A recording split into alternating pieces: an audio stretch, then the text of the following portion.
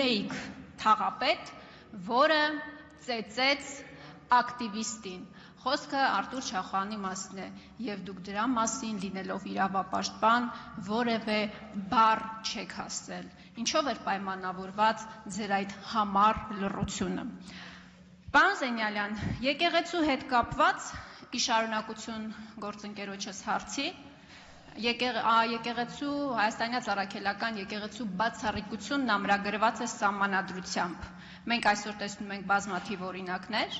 իդեմս Նիկոլ Փաշինյանի ֆեյսբուքյան գրառումների մեծամասամբ, երբ խախտվում է այդ բացառիկությունը եւ ըստ էության Նիկոլ Փաշինյանը ուղիղ միջամտություն է փորձում իրականացնել եկեղեցու գործերին։ Ինձ պարզապես հետաքրքիր է ձեր կարծիքը, գնահատականը տվյալ իրավիճակի հետ կապված, ձեզ համար ընդունելի է, թե ընդունելի չէ։ Եվ վերջում, պարոն Զենյալյան, մենք ունենք դեպք, երբ որ ԲԴԽ նախագահը Նիկոլ Փաշինյանի SMS-ը ստանալուց հետո անկախ մարմնի նախագահը անմիջապես հրաժարականի դիմում ներկայացրեց, որոնք կլինեն ձեր գործողությունները, երբ որ Նիկոլ Փաշինյանը դժգոհ լինի Սահմանադրական դատարանի դատավորի ձեր գործունեությունից եւ մի այդպիսի SMS էլ ձեզ ուղարկի։ Շնորհակալ եմ։ Կենսագրությունից մեջ նշված է, որ ես ավելի քան 120 դիմում եմ ներկայացրել Սահմանադրական դատարան եւ անկախ նրանից, թե ով է եղել երկրի ղեկավարը կամ քաղաքական իշխանությունը, որ քաղաքական մեծամասնությանն է պատկանել։ Դրանք ասացի արդեն այդ գաղափարները դրված են այդ դիմումների հիմքում եւ դրանք իմ միջից դուրս չեն գալու որևէ պարագայում։ Ես պատասխանեցի պարոն Գեղամ Մանուկյանին Գիմբալյանի կուսակցական լինելու վերաբերյալ, ձեզ էլ կարող եմ պատասխանել Սահմանադրական դատարանի դատավոր պարոն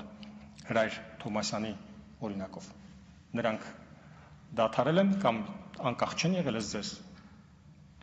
Հիմա հաջորդ հարցին, որ տեսակետներից չտարբերվող տեսակետներ է արտահայտել իմ